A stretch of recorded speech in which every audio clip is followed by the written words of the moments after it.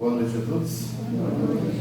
Hoje nós vamos falar um pouquinho a respeito do capítulo 5 do Evangelho, não somente nesse capítulo, que trata do tema Bem-aventurados aflitos, mas também algumas questões do livro dos Espíritos, para que a gente possa então fazer a nossa reflexão desta noite.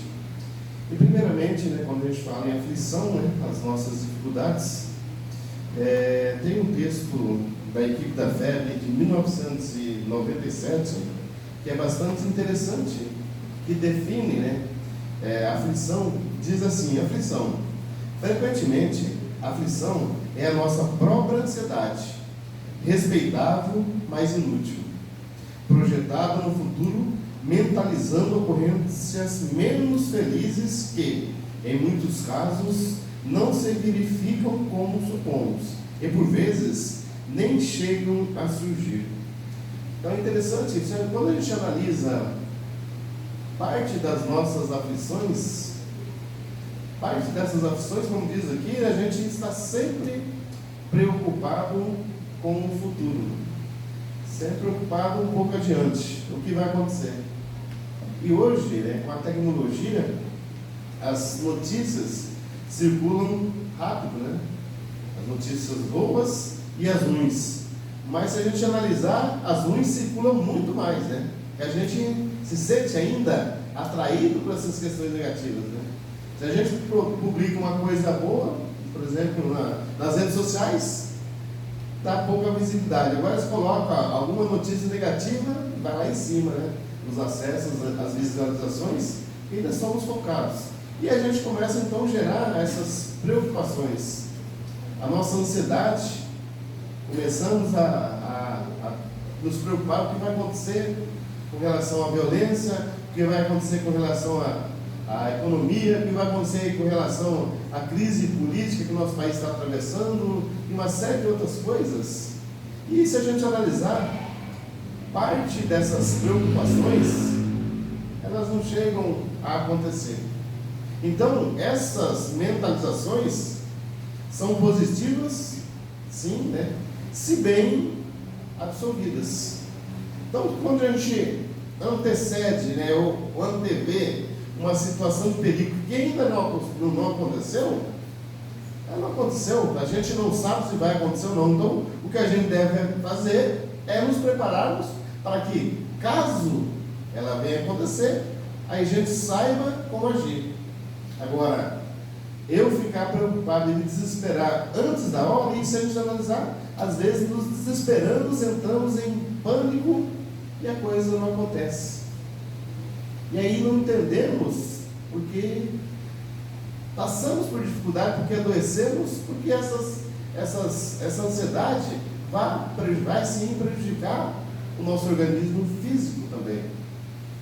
Uma vez que o nosso espírito tem um corpo espiritual, conforme Allan Kardec define como perispírito, que é ligado ao nosso corpo físico, molécula a molécula, ou seja, todas as sensações do corpo físico são transmitidas ao espírito e vice-versa. Então, se essas preocupações geram esses sentimentos negativos, geram essas energias negativas, com certeza, com o passar do tempo, elas vão prejudicar o nosso corpo físico. Então, esse é o primeiro ponto, o primeiro desafio, para a gente realmente nos atentarmos a essa questão e não nos preocuparmos antes do tempo. E a justiça das aflições, nesse capítulo diz assim: somente na vida futura podem se efetivar as compensações que Jesus promete aos aflitos da terra. Então, é a vida futura que a gente deve levar em consideração. Por que sofremos? A doutrina espírita nos auxilia muito esse entendimento, a partir dessa compreensão, a gente saber lidar de forma adequada com as nossas vicissitudes, com os nossos sofrimentos. Então, o primeiro ponto é justamente a gente compreender por que passamos por dificuldades. Porque a gente, às vezes, e somos diferentes, porque de repente a gente até tem, às vezes tem essa olhar ao nosso redor e ver as coisas boas das outras pessoas e ver as coisas negativas nossas. Dá a impressão de que tudo de ruim acontece somente com a gente, né? A gente vê o vizinho e dá a impressão que está melhor. A gente, às vezes, tem essa questão também. E aí, talvez até nos sintamos injustiçados. E aí a tendência é colocar a culpa nos outros. Eu sofro por causa da minha família, eu sofro por causa do meu vizinho, eu sofro por causa da empresa, até mesmo a culpa é em Deus. A tendência nesses momentos de aflição, quando passamos por essas dificuldades, se a gente não tiver devido cuidado, a gente não lida adequadamente com essas situações e, consequentemente, acaba sofrendo mais. O primeiro ponto, entender por que sofremos. Será que Deus é injusto? A gente tem na tradição religiosa, na cultura religiosa nos séculos, né? A gente sempre teve uma visão de um Deus punitivo, de um Deus castigador, de um Deus que vai te julgar. E a gente às vezes tem traz essa, Deus castiga, né?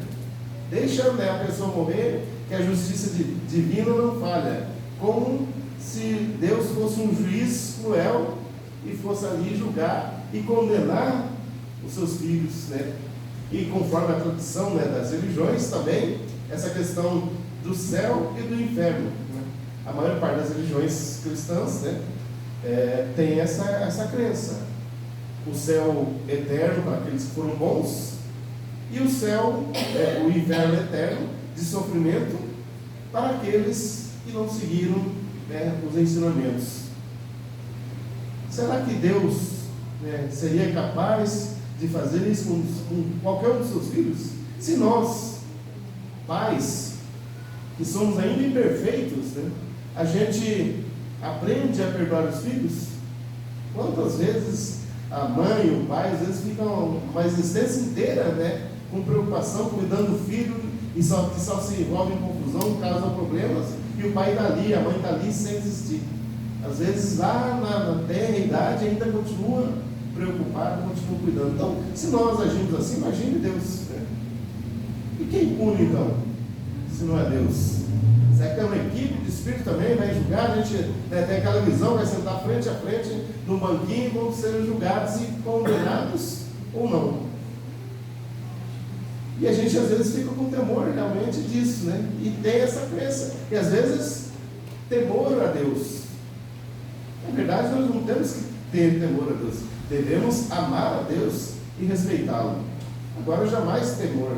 Porque Deus não faz nada de mal. Ao contrário, faz sempre o nosso bem. Então, quem que vai punir? Quem vai punir é a nossa própria consciência. Ela que vai dar o veredito.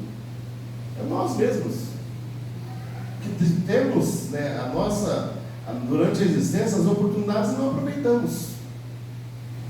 Quando a gente, lá no princípio, na parte 3 do Livro dos Espíritos, chamado Livro 3, né, onde Allan Kardec trata das leis morais, logo no início ali, Allan Kardec pergunta onde está escrita a lei divina. Aquela lei que todos nós deveríamos seguir, são os princípios, né, que norteiam para que a gente tenha esse crescimento espiritual. Faça o bem. E os Espíritos respondem na consciência. Todos nós trazemos em nossa consciência essa lei. Portanto, não podemos alegar ignorância. Então, se a gente observar, quando vamos tomar qualquer tipo de decisão, seja ela boa ou ruim, a nossa consciência nos cobra. E por que a gente escolhe errado? A consciência fala, não escolhe essa aí, não vai por esse caminho. A gente insiste e vai, sabendo vai dar errado. Por quê? Porque estamos ainda afinizados com isso, com aquela escolha, né, material, normalmente material. Então, nós temos, né, essa consciência nos avisando e nós ignoramos. Esse é o primeiro ponto. Segundo ponto, Deus nos deu a inteligência. Um ser vivo que tem a capacidade de desenvolvimento intelectual, de aprendizado, de raciocínio, né, é o ser humano, nós. Então nós temos a condição, através disso, de discernir o que é bom, o que é ruim, o bem e o mal. Mais um ponto. E o terceiro, o livre-arbítrio. Todos nós temos o livre-arbítrio, a liberdade de fazer as nossas escolhas, boas ou ruins. E nós, espíritos, às vezes temos o hábito de culpar mais um ainda, além de culpar as outras pessoas encarnadas, a família, os outros, culpar a Deus, nós culpamos tudo que acontece, o espírito, né? Foi o espírito, né, inferior que me intuiu a fazer tal coisa, né? Eu fui intuído, né? Ele que fez eu fazer isso. Na verdade, não, ele realmente pode ter intuído, mas eu aceito essa sugestão ou não? Por que então, se eu aceitei essa sugestão negativa, por que eu não aceitei a intuição positiva do meu protetor, do meu espírito protetor, do anjo da guarda? Da mesma forma, ele intuiu. Da mesma forma que o espírito inferior intuiu, o espírito, né, de bondade, o nosso protetor, o nosso anjo guardião, também intuiu. Não faça essa escolha. E por que eu aceitei a sugestão dele? Porque eu tenho um livre-arbítrio e o nosso protetor não vai interferir no meu livre-arbítrio. Então, com tudo isso, nós viemos, por exemplo, nessa existência, vamos tendo as nossas oportunidades, são diversas, e a gente não presta atenção na maior parte delas. Às vezes passa o dia correndo, a gente bota ali a vida do piloto automático e segue, né? Fazendo o que vem na frente ali sem nem pensar. Mas eu não tenho a oportunidade de fazer o bem. Será? O que precisa para fazer o bem? São várias formas, né? É claro, o trabalho braçal, por exemplo, aqueles que se voluntariam, né, nas casas espíritas, para auxiliar, para ajudar na organização da casa, na parte doutrinária, enfim, nas mais diversas atividades. Aqueles que se voluntariam no trabalho assistencial são os que mais têm oportunidade, né, de aprender, de se desenvolver, porque estão colocando em prática ali no dia a dia. Mas de repente, e se eu não tenho tempo? Fala, mas eu não tenho tempo eu queria ajudar, mas eu não tenho tempo. Eu posso ajudar financeiramente, mas eu não tenho recursos financeiros e não tenho tempo. Será que então eu estou impedido de fazer a caridade? Não, eu posso ajudar de outras formas. Até mesmo aquele que não tem saúde física, que não tem condições físicas, pode ajudar. De que forma? Através dos pensamentos, através das preces, né? Pedindo em auxílio dessas pessoas. Então não temos desculpa de não poder ajudar. Quando a gente às vezes começa a colocar desculpa e depois vê a história de Jerônimo Mendonça, a gente fica envergonhado. Jerônimo Mendonça, né? Não sei se todos conhecem a trajetória, mas é um jovem que não nasceu em berço espírita e conheceu o espiritismo já na adolescência. Mas ele começou a ter problemas físicos que começaram a atrofiar o seu corpo. E foram gradativamente atrofiando, até que ele ficou totalmente imóvel em uma maca, paralisado, do pescoço para baixo, totalmente paralisado. Não bastasse isso, as dores, né, eram terríveis. Também pela atrofia do organismo, causavam dores terríveis, que os medicamentos já não eram suficientes para amenizar as dores. Ele ficou cego e para que pudesse então amenizar, dar um pouquinho de alívio para as dores, os médicos sugeriram que fosse então colocado um peso sobre o peito de Jerônimo Mendonça. E nem por isso ele deixou de trabalhar. Ele viajava por todo o país, numa Kombi, sobre uma maca, que era o seu transporte, a sua forma de vida. Ele fazia palestra, cantava, né, nessa maca. Imagine as dificuldades. E a gente às vezes fica reclamando de vir uma vez por semana na casa espírita assistir uma palestra, ou vir um determinado dia fazer um curso, e enquanto ele viajava o Brasil inteiro, ia até o Rio Grande do Sul e qualquer lugar, inclusive, né, esteve também em Londrina no nosso lar. E a gente fica, mas de que então estou reclamando? Então a gente tem as diversas oportunidades e nem sempre aproveitamos. E muitas vezes fazemos, pelo nosso desejo, as escolhas equivocadas.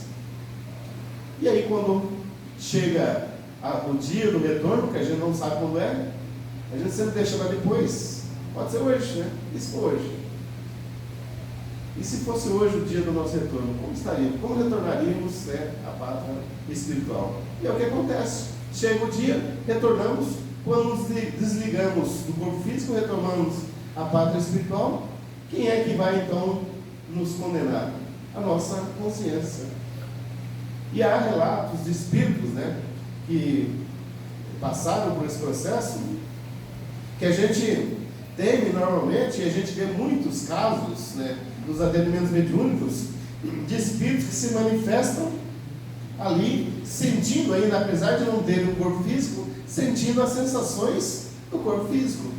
De repente ele morreu com câncer no estômago, por exemplo. Ele está ali sentindo as dores do estômago, mas não tem mais estômago. Mas ainda permanece ali no seu perispírito essas sensações, que às vezes causam sofrimentos, maiores ou menores, dependendo da condição do espírito. Mas eles relatam que isso aí não foi o caso, não foi o que causou o maior sofrimento após esse retorno à vida espiritual. Eles relatam que o motivo de maior sofrimento é a cobrança da sua consciência por todas as oportunidades perdidas, não aproveitadas, por todas as escolhas equivocadas. E o espírito fica então desesperado para se libertar dessas sensações. E qual é a forma que ele tem de se libertar disso? De quitar, apagar esse passado? É submetendo-se a uma nova encarnação, uma nova existência, e passando por essas vicissitudes. Se eu prejudiquei alguém, eu venho, e vou ter que provavelmente uma convivência ali restabelecer. Se eu fui um mau pai, provavelmente eu vou vir ali na condição, numa família em que eu vou ter um mau pai. E assim tantas outras coisas, Se eu fiz mau uso dos recursos que me foram confiados, recursos financeiros, se eu fui avarento, não dei atendimento, não ajudei ninguém, às vezes não ajudei nem sequer a mim, eu vou vir ali em condição de necessidade. E assim tantas outras coisas. E como é que funciona esse processo? O espírito ali, quando está ansiando, ansioso por uma nova oportunidade, e há relatos também da espiritualidade que cada encarnado há cerca de 4 ou 5 espíritos ali na fila de espera. A gente acha que tem fila de espera só aqui no SUS, mas lá no plano espiritual também tem uma fila de espera para reencarnar. E eles estão lá ansiosos. É outro detalhe, a gente às vezes está aqui reclamando da vida, reclamando das nossas condições, reclamando de problemas de saúde, de uma série de coisas, mas já somos privilegiados, já estamos aqui, já garantimos a nossa vaga, já estamos aqui na oportunidade, enquanto tem 4 ou 5 lá, que queriam estar aqui e não estão, e às vezes nós não valorizamos adequadamente. Então, o Espírito anseia por essa nova oportunidade, para que possa vir, então, passar por essas vicissitudes, por provas, e assim libertar sua consciência por essas escolhas equivocadas.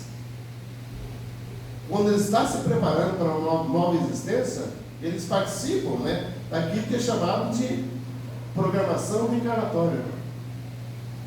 Ou seja, o que vai acontecer na existência? Em que família eu vou nascer, em que condições, o que vai acontecer em determinados momentos da minha existência. Então, é traçado todo um planejamento, todo um plano ali detalhado do que vai nos passar. E o Espírito participa disso. E como ele está ansioso por libertar a nossa consciência, e a gente sabe, nós somos ainda imediatistas, a gente quer tudo, em cima da hora. Quando a gente está com um problema, o que a gente quer? Um milagre, resolve o meu problema, e sem, o mais rápido possível, sem que eu tenha o menor esforço. Nós somos assim. Então a gente imagina lá, nós participando da nossa programação reencarnatória. Eu fiz isso, então quero passar por isso, quero isso. Faz lá aquela lista gigantesca de coisas que a gente quer ser submetido a uma nova existência. A espiritualidade vem assim, mas Isso aí você não suporta de jeito nenhum. Pega aquela lista gigante lá, com 100 itens, tira 90, deixa apenas 10. 10 dos 100 que nós escolhemos. E a gente então reencarna com essa condição. Dentro dos 10 itens de necessidades, já passaram dificuldades, dos 100 que a gente tinha escolhido, por exemplo. E a gente vem em uma nova existência. Por que a gente não se lembra disso? Justamente, Deus, é mais uma bondade de Deus que concede o esquecimento do passado, não somente das existências anteriores, para que ela não nos prejudique, né? Mas também na nossa programação, né? Porque senão, imagina, a gente vir ali e lembrar de tudo, lembrar daquilo que fizemos, lembrar daquilo que as outras pessoas fez com a gente, seria muito mais fácil, muito mais difícil, né? Da gente conseguir ali fazer, né, esse resgate. Então nós vemos com a bondade de Deus com o esquecimento passado. E na primeira dificuldade a gente começa a reclamar. Então, a partir desse entendimento, nós chegamos à conclusão primeiro. As vicissitudes que passamos, somos nós mesmos que pedimos para o nosso próprio bem. Esse é o primeiro ponto. Nós pedimos e é por benefício. Então, elas não são negativas. Embora no momento que a gente esteja enfrentando, é assim, né? É difícil, né? Imagine, a gente tem que passar por um problema de saúde, tem que passar por um problema financeiro, né, por um sofrimento, de repente algo que nos aconteça assim de grave, e aí, naquele momento que a gente está enfrentando, é difícil. Mas quando a gente tem essa consciência, a gente passa a enfrentar de maneira diferente, não mais com revolta, não mais achando que é injustiça. A gente tem a certeza que nós merecemos. E é interessante, né, quando Allan Kardec trata nesse capítulo das aflições, ele fala quais são as causas das aflições. Então, as causas das aflições têm duas origens: as vidas passadas, mas também a vida presente. Nem tudo é da vida passada. Às vezes são consequências que a gente está sofrendo aqui, justamente de escolhas equivocadas que fizemos na existência presente. A gente precisa estar atento também a isso, né? De repente corrigir, quando tem que estar sendo prejudicado, corrigir para que a coisa não se agrave. E das existências anteriores também, né? Fizemos justamente dentro desse processo, né? Cobrado pela consciência, a gente passa então a escolher isso. Então a gente é semelhante, por exemplo, a um tratamento médico, né? Quem gosta de fazer um tratamento médico doloroso? Por exemplo, o paciente que está com um problema de câncer, às vezes um câncer grave. Qual paciente que diz, eu adoro fazer quimioterapia? É um processo terrível, processo de sofrimento que debilita o corpo, né? Deixa os anticorpos, né? A gente acaba contraindo um monte de outras coisas ali, é um processo terrível, mas necessário. Então, a gente trata, mais ou menos é isso. De repente o médico fala, você está com problema e a única forma de cura é esse tratamento. Só que não adianta, o tratamento é doloroso.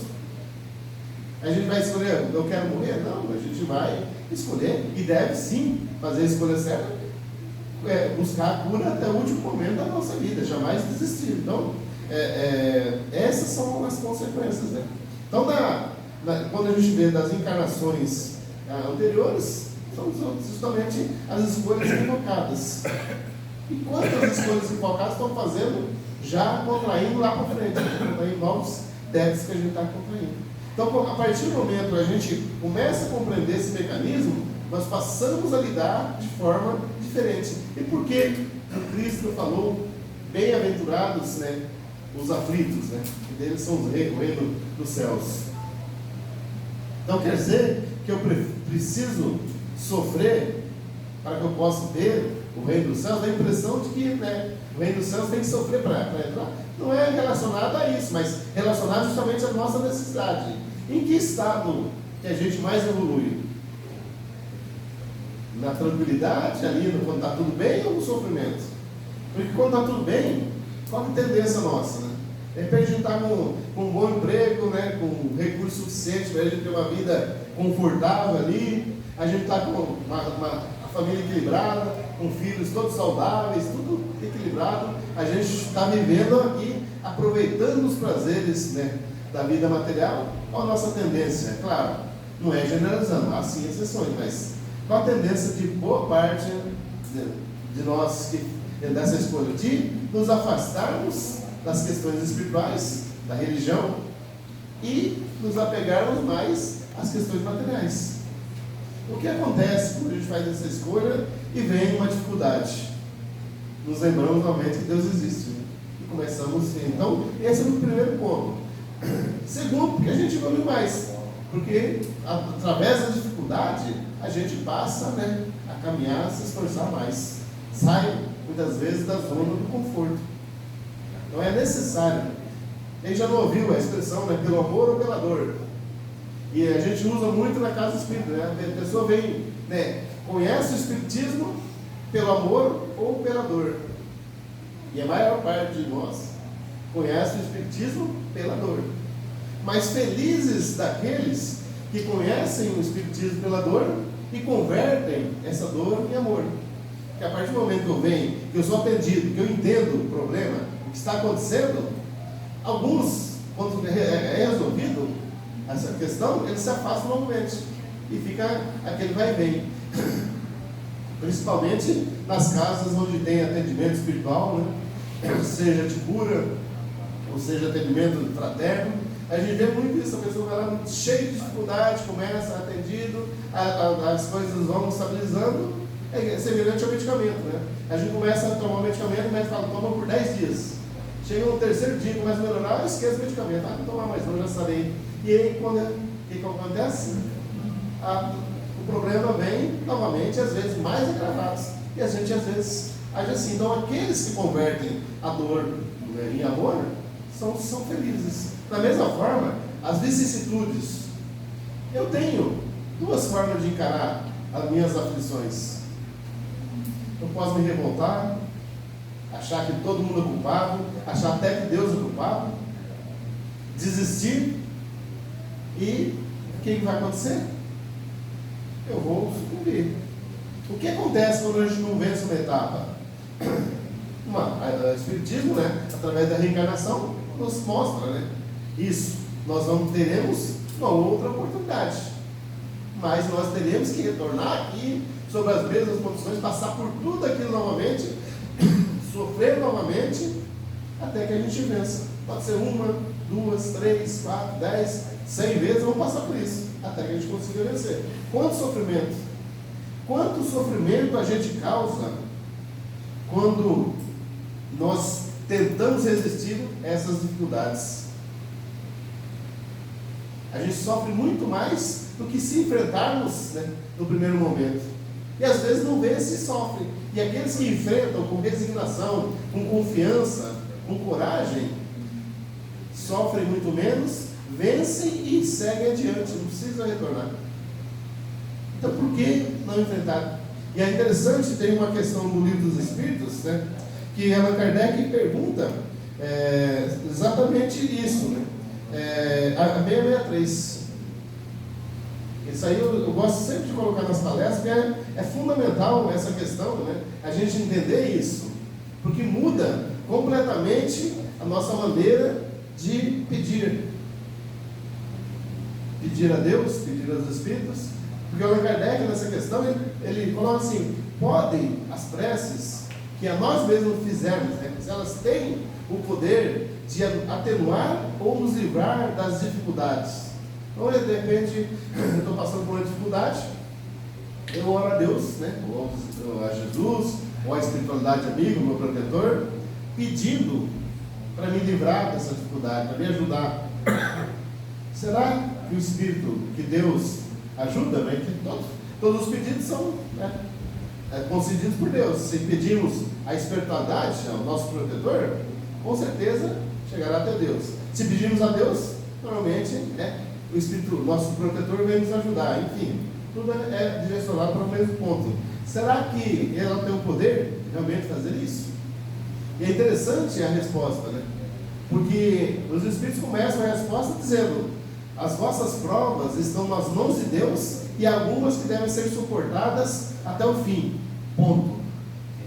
Por quê? Justamente dentro desse processo que a gente comentou anteriormente. O Espírito participa da sua preparação para uma nova existência. Ele faz diversos pedidos dessas dificuldades que vão auxiliar na libertação da sua consciência e farão também crescer. Então, é um medicamento do bem. Seria semelhante se Deus concedesse, atenuasse isso, nos livrasse disso. Seria a mesma coisa que a gente está passando por um tratamento médico e esse tratamento está muito doloroso. A gente chega o médico e fala: doutor, o sofrimento está muito grande, eu não estou suportando. O médico fala: então tá bom, para de tomar o medicamento. O que vai acontecer? A doença vem, o problema vai vir e vai vir com maior força, né? Então, mesmo às vezes o médico tendo dó, né, querendo nos auxiliar, ele vai buscar algum paliativo talvez para amenizar um pouco, mas jamais parar o tratamento. Deus, com certeza, se nós fazemos isso, Deus com certeza jamais interferiria nesse processo. Então, não é porque Deus é ruim, não é porque Deus quer castigar, quer se vingar. É justamente, deve ser suportado até o fim, porque faz parte desse processo que é para o nosso próprio bem. E a gente pode perguntar: mas então não adianta fazer prece para pedir? A sequência da resposta é interessante. Bom, primeiro, nós não sabemos quais provas devem ser suportadas ou não até o fim ou não, né? Temos um problema de saúde. Quem sabe se esse problema de saúde vai causar a morte ou se vamos ser curado? Ninguém. Até mesmo os casos em alguns casos em que o paciente ele está desenganado pelos médicos, às vezes deve dar apenas alguns dias, chega uma família, tem apenas alguns dias de vida, e a pessoa inexplicavelmente se cura. Então nós não sabemos quais devem ser suportados até o fim ou não. Então, só mediante isso nós já devíamos, né, lutar. Então, eles continuam a resposta, dizendo assim: as preces trazem para junto de vós os bons espíritos. Aí continua: dando-vos as forças e a coragem de suportá-las corajosamente. Menos rude elas vos parecerão. Então, qual a função da prece? Não é pedir, porque a gente nós somos muito ainda ligados à questão do passado, né? No Evangelho, dos milagres de Jesus. A gente está sempre em busca de um milagre.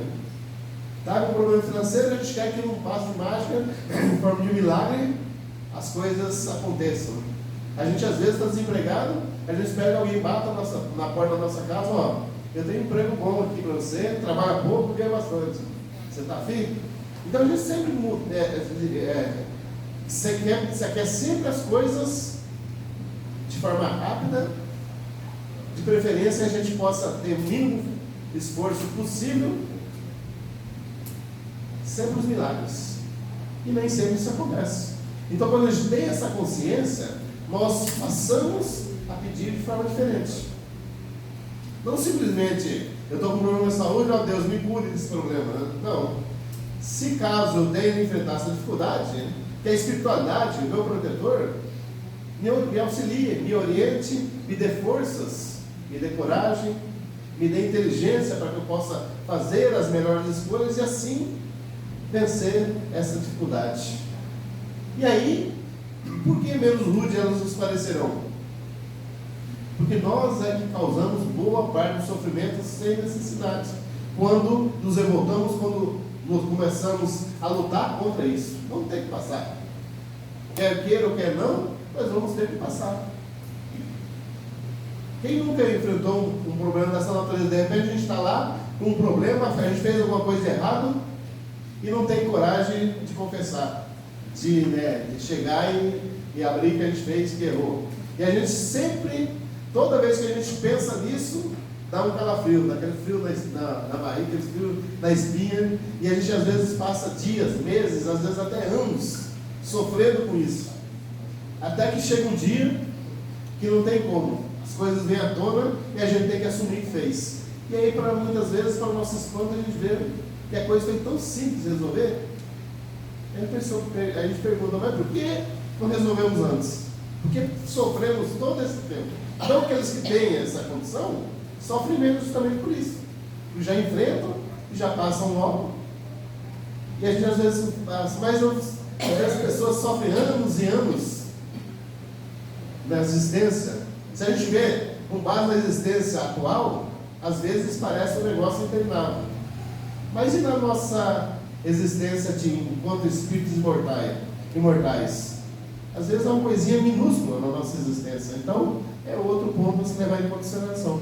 Então, essas dificuldades que são, né, as que fazem que o espírito consiga avançar, consiga se desenvolver.